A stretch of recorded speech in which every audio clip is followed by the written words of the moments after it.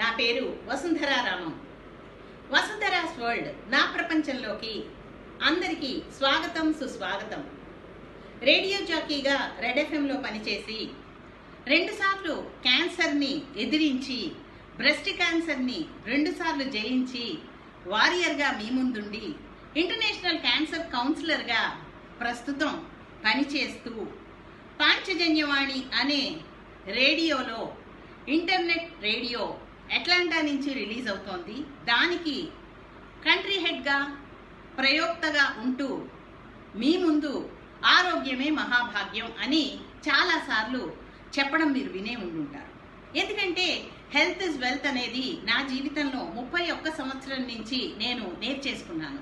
ఎందుకంటే హెల్త్ని జాగ్రత్తగా చూసుకోకపోతే వచ్చే పరిణామాలకి మనమే బాధ్యత తీసుకొని దానితో పోరాడాల్సి ఉంటుంది.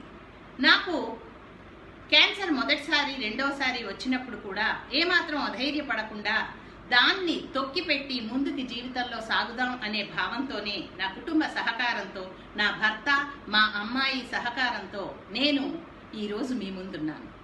ఇక్కడ ప్రతిసారి మీతో మాటలు షేర్ చేసుకున్నప్పుడు ఆరోగ్యం గురించి 2 విషయాలు మాట్లాడాలి అని నాకుంటుంది. ఎందుకంటే ఆరోగ్యమే మహాభాగ్యం కాబట్టి. ఎండాకాలం విపరీతమైన ఎండ నడుస్తోంది. చాలామందికి సన్ స్ట్రోకులు రావడం, ముసలివారికి, చంటి పిల్లలకి బాధ కలగడం మనం చూస్తూనే ఉన్నాం.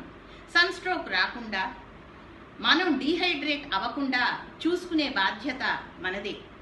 ఆ బాధ్యతలోని కావలసిన పదార్థాలన్నీ మన కిచెన్లోనే ఉంటాయి. నమ్మరా? చెప్తా వినండి. ప్రతిరోజు ఈ సమ్మర్లో పెద్దలు కానీ, వృద్ధులు కానీ, చంటి పిల్లలు కానీ, మనం కానీ అపరిమితమైన వేడిని తట్టుకోవాలి అంటే, సన్ స్ట్రోక్ రాకుండా ఉండాలి అంటే మనం రోజుకి 5 లీటర్ల నీరుని తాగాల్సి ఉంటుంది. అలాగే మధ్యాహ్నం 12 నుంచి 5 వరకు బయటకు వెళ్లకుండా ఉండడం అనేది చాలా అవసరం. కానీ అత్యవసర పరిస్థితుల్లో వెళ్ళాలి అంటే వెళ్లే ముందు కడుపు నిండా సఫిషియంట్ నీళ్లు తాగి మీ చేతిలో చిన్న బాటిల్ ఉంచుకొని బయటికి వెళ్ళడం చాలా మంచిది. అలాగే మంచి గొడుగు మీకు అవసరం.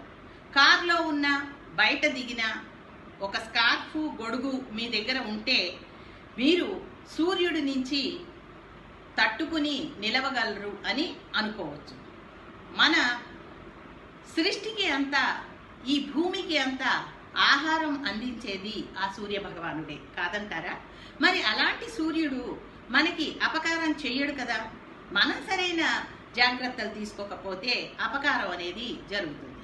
ఈ కాలంలో రాగి జావా, బార్లీ జావా, ఇవి సగ్గు జావా, సగ్గు బియ్యంతో చేసే జావా, ఈ 3ంటిని కూడా రోజు విడిచి రోజు తయారు చేసి చల్లగా చేసి పిల్లలకి, పెద్దలకి మీరు తాగడం అనేది చాలా మంచిది. అలాగే పల్చటి మజ్జిగలో నిమ్మకాయ రసం, చిన్న పిసరు అల్లం ముక్క, పచ్చిమిరపకాయలు, అలాగే మిరియాల పొడి, ఇవి కలిపి ఉప్పు వేసుకొని నిల్వ ఉంచుకొని వాటిని వడగట్టి ఆ పల్చటి మజ్జిగని స్వీకరించితే చాలా మటుకు సన్ ట్యాన్ నుంచి నిర్మూలమవుతుంది. అలాగే మనం సూర్యుడి నుంచి రక్షణ పొందుతాం. మరొక విషయం చెప్పాలి అంటే, ఈ కాలంలో చాలా మంది లేడీస్కి, మగవాళ్ళకి ఉన్న సమస్య రక్తహీనత. బ్లడ్ కౌంట్ చాలా తక్కువ ఉంది. మనకు తెలిసింది ఐరన్ టాబ్లెట్ వేసేసుకుంటాం.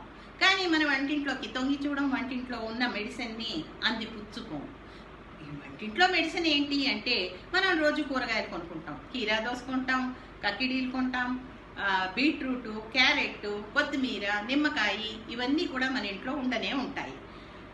మనం వీటన్నింటితో ABC జ్యూస్ని తయారు చేసుకొని, అంటే వీలైతే యాపిల్, తర్వాత క్యారెట్, తర్వాత బీట్రూట్ కలిపి జ్యూస్ చేసుకొని, ఆ జ్యూస్లో నిమ్మరసం, చిటికెడు ఉప్పు వేసుకొని తాగితే రక్తహీనత అనేది పరుగులు పెడుతుందట. అలాగే మనకి సౌభాగ్యదాయిని టొమాటో ఈ మధ్య కాలంలో ఆశ్చర్యకరం ఏంటంటే, టమాటాలు మనకి సమ్మర్లో కూడా చాలా విరివిగా దొరుకుతున్నాయి. అవి కూడా అద్భుతమైన రంగుతో ఉంటున్నాయి. పచ్చి టమాటాలను మిక్సీలో వేసి కొంచెం పంచదార, కొంచెం ఉప్పు వేసి వడగట్టి తాగిన అద్భుతమైన ఫలితాలను ఇస్తుంది. అలాగే టమాటాలను ఉడకపెట్టి జ్యూస్ చేసుకొని నిల్వ చేసుకొని తాగిన అద్భుతమైన ఫలితాలను ఇస్తుంది. ఇలా ఐరన్ టాబ్లెట్లు వేసుకుంటూ డాక్టర్ సలహాను తీసుకుంటూ మన దగ్గర ఉన్న బీట్రూట్, క్యారెట్ మనం వాడుకుంటూ మన రక్తాన్ని మనం అభివృద్ధి చేసుకోవచ్చు. అంటే ప్రతి స్త్రీకి 12% హిమోగ్లోబిన్ ఉండాలి అని అంటారు. 12% హిమోగ్లోబిన్ ఉంటే ఏంటి అని అనుకుంటున్నారా? శరీరంలో గ్లో ఉంటుంది, నిస్సత్తువ అనేది రాదు, హుషారుగా ఉంటారు. పెద్దవాళ్ళైనా చిన్నవాళ్ళైనా ప్రతి పనిని ఆసక్తిగా నేర్చుకోవాలి అనే ఎంతూజియాజంతో నేర్చుకుంటారు. అదే రక్తహీనత ఉన్నవాళ్ళు నిస్సత్తువుగా, ఆకలి లేకుండా నిర్జీవంగా ఉంటారు. ఇదే మనం గుర్తించవచ్చు. అందుకే పిల్లలకి పెద్దలకి ఎంతో అవసరమైన రక్తాన్ని మనం వృద్ధి చేసుకోవాలి అంటే ఒక్కసారి మన కిచెన్లోకి మనం తొంగి చూసుకోవచ్చు. విన్నారు కదండి, ఆరోగ్యమే మహాభాగ్యం అనకుండా సమ్మర్ టిప్స్, రక్తం పెంచుకోవాలంటే టిప్స్ చెప్పాను కదా. మరి మీకు ఇవి నచ్చితే వసుంధరాస్ వరల్డ్కి లైక్, షేర్, సబ్స్క్రైబ్ చేసి నా వీడియోల్ని మీ అతిథులకి, ఫ్రెండ్స్కి పంపించండి. మరొక టాపిక్తో మళ్ళీ మీ ముందుకు వస్తాను. అంతవరకు సెలవా మరి. నమస్కారం.